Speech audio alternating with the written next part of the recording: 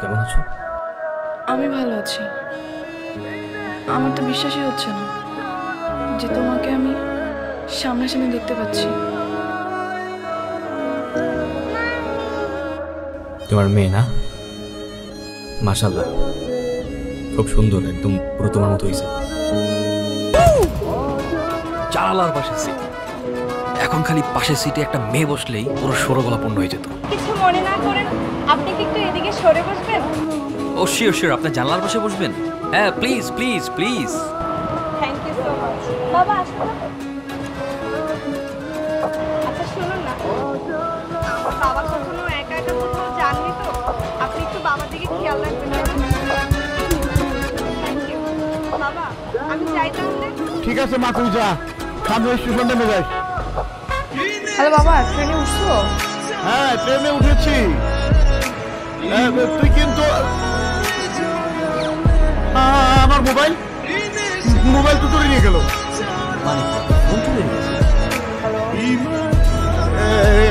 আমার মেয়েটা চিন্তা করবে তো, এই জন্য আমি মেয়েটাকে ফোন করে জানিয়ে দিই যে আমার ফোনটা চুরি হয়ে গেছে। আজকে ঘুম থেকে উঠে কার মুখ দেখেছিলাম আল্লাহ জানে, আমার রোমান্টিক জার্নিটাই পুরো মাটি হয়ে গেল। হ্যালো তিতলি, তিতলি আমি তোর বাবা। শোন, হয়েছে কি, আমার মোবাইলটা না চুরি হয়ে গেছে। এই নাম্বারটা আমার পাশের সিটে একটা ছেলে আছে, এই ছেলেটার নাম্বার। হ্যালো, আমার বাবা কি করছে? আপনার বাবা আর আমি একসাথে নাকটা কি করছি। আচ্ছা আপনি একটু আমার বাবা দিকে খেয়াল রাখবেন, হ্যাঁ? যদি ওয়াশরুমে যেতে সঙ্গে সঙ্গে যাবেন। মনে হচ্ছে আমার শ্বশুর, প্রতিটি মিনিটে মিনিটে তার সেবা করবো। কি করে হারালে? কিছু কি ঠিক রাখতে পারো না? কিভাবে হারাইলো কি করে বলবো? হারাই গেলে তো কিছু করার নেই। আচ্ছা যাই হোক, চলো। আজব তো, সামনে একটা ধন্যবাদটুকু দিয়ে গেল না। কেমন আছেন? ওই যে কালকে স্টেশনে, মনে আছে? মনে থাকবে না কেন? আপনি এখানে বাসায় কি এদিকটা? হ্যাঁ ওই যে 12 নম্বরে, এটা আমার বান্ধবীর বাসা। আচ্ছা আচ্ছা, গ্রেট। কাজে আসছিলাম, দেখুন না এখন কোনো রিক্সাই পাচ্ছি না, আমি যে বাসায় যাবো। এদিকটাতে রিক্সা পাওয়াটা একটু টাফ। সমস্যা নেই, আমরা কিছু দূর হাঁটলেই হয়তো রিক্সা পেয়ে যেত। এর জন্য আবার থ্যাংক ইউ বলতে হবে, জাস্ট বাসায় গেলে ফোন দিলেই হবে। লজ্জা দিচ্ছেন? না না, লজ্জা দিব কেন? তুমি মেহমান এসছে, নাস্তা পানির ব্যবস্থাটা।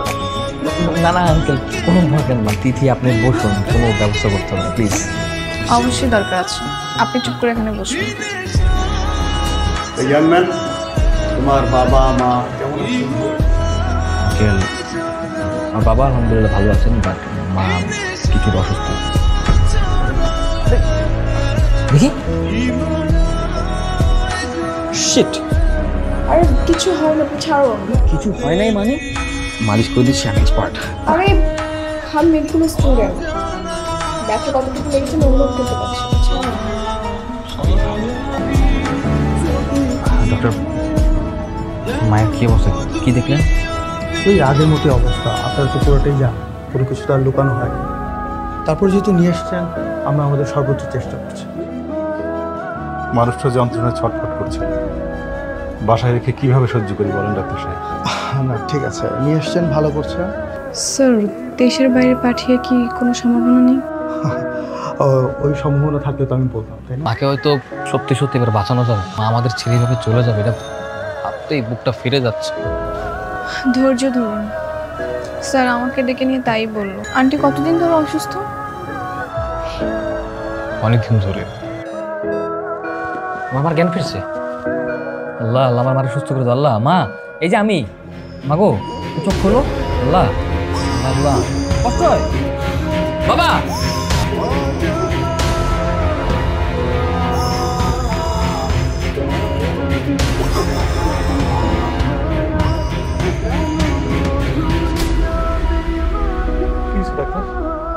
উনি এখন স্টেবল আছেন।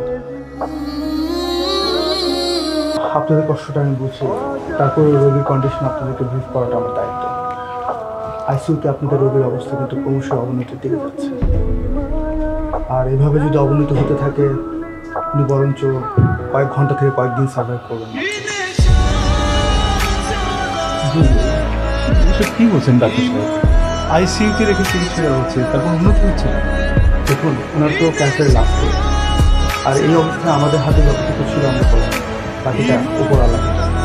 তিথির মতো একটা বউর জন্য বাসায় নিয়ে আসা। বারবার শুধু মরার কথা বলো কেন? মা তো চলে যাবেই, কারণ তুমি শুরু করছো। আমরা দুজনে যদি এমন করে আমি কই যাবো? হ্যাঁ, আমি এতিম হয়ে যাবো না? বুঝো না আমার কেমন লাগে? রাগ করিস না বাবা, রাগ করিস না। মৃত্যু যখন আসে তখন তাকে ঠেকানো যায় না। আচ্ছা ঠিক আছে, আমি আর মরার কথা বলবো না। বাবা, বাবা প্লিজ মাকে বাঁচাও বাবা। আমি আমার মাকে ছাড়া থাকতে পারবো না বাবা।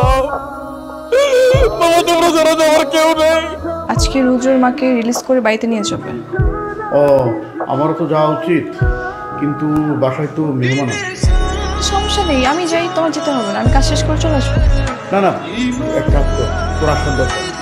এদিকে আর মেহমান সামলিয়ে তোকে বরং হাসপাতালে আনতে হবে। তাও হয়, ঠিক আছে।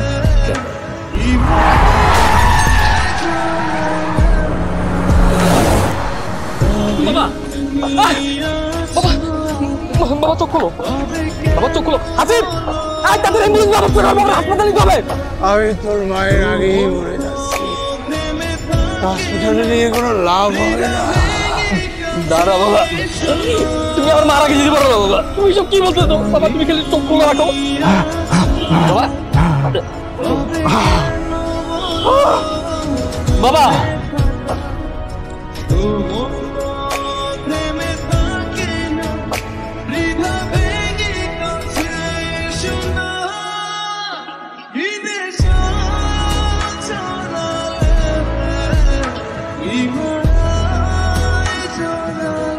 জানি এই কষ্টের বোঝা অনেক ভারী, তোমাকে সান্ত্বনা দিব না, শুধু এতটুকু বলবো, মনে জোর রাখো। বাবার লাশটা এই পাশে রাখা হয়েছে, আর তোমার মা ওই পাশে। করে তিথির বিয়ের ডেটটা করে দাও। বিয়েটা ওর মামাই ঠিক করেছে। বিয়ে ঠিক হলো বাবা? অনেক আগে তোমার পরিস্থিতি ভালো ছিল না, তাই আমি বলার সাহস পাইনি। আল্লাহ আমার কাছ থেকে আমার মা বাবা সবকিছু রেখে নেয় তুমি। শেষ পর্যন্ত বেঁচে থাকার সকল আমার ভালোবাসার মানুষ ছিল, সেও আমাকে ছেড়ে চলে গেল। আমি কি খুব বেশি অন্যায় করেছিলাম? রুদ্র কোথায়? আমি না ওকে খুঁজে পাচ্ছি না কোথাও। 1 বছরই তো হয়ে যাচ্ছে, আমি ওর কোনো খোঁজ পাচ্ছি না। সেই যে বাবা মারা যাওয়ার 1 মাস পর এসেছিল, তারপর থেকে ওর আর কোনো খোঁজই পাইনি। ওর নাম্বারটা তো বন্ধ, যোগাযোগ করার কি কোনো ব্যবস্থা নেই? সত্যি বলতে রুদ্র আপনাকে অনেক বেশি ভালোবাসত। হুট করে ওর মার অসুস্থতার কারণে কথাটা বলতে গিয়ে আপনাকে বলতে পারেন, সেরকম পরিস্থিতি হয়ে ওঠে। আঙ্কেল আন্টির শেষ বিদায়ের সময় তো আপনার বিয়ে হয়ে গেল, হয়তো বা সেই কষ্টে দূরে কোথাও হারিয়ে গিয়েছে।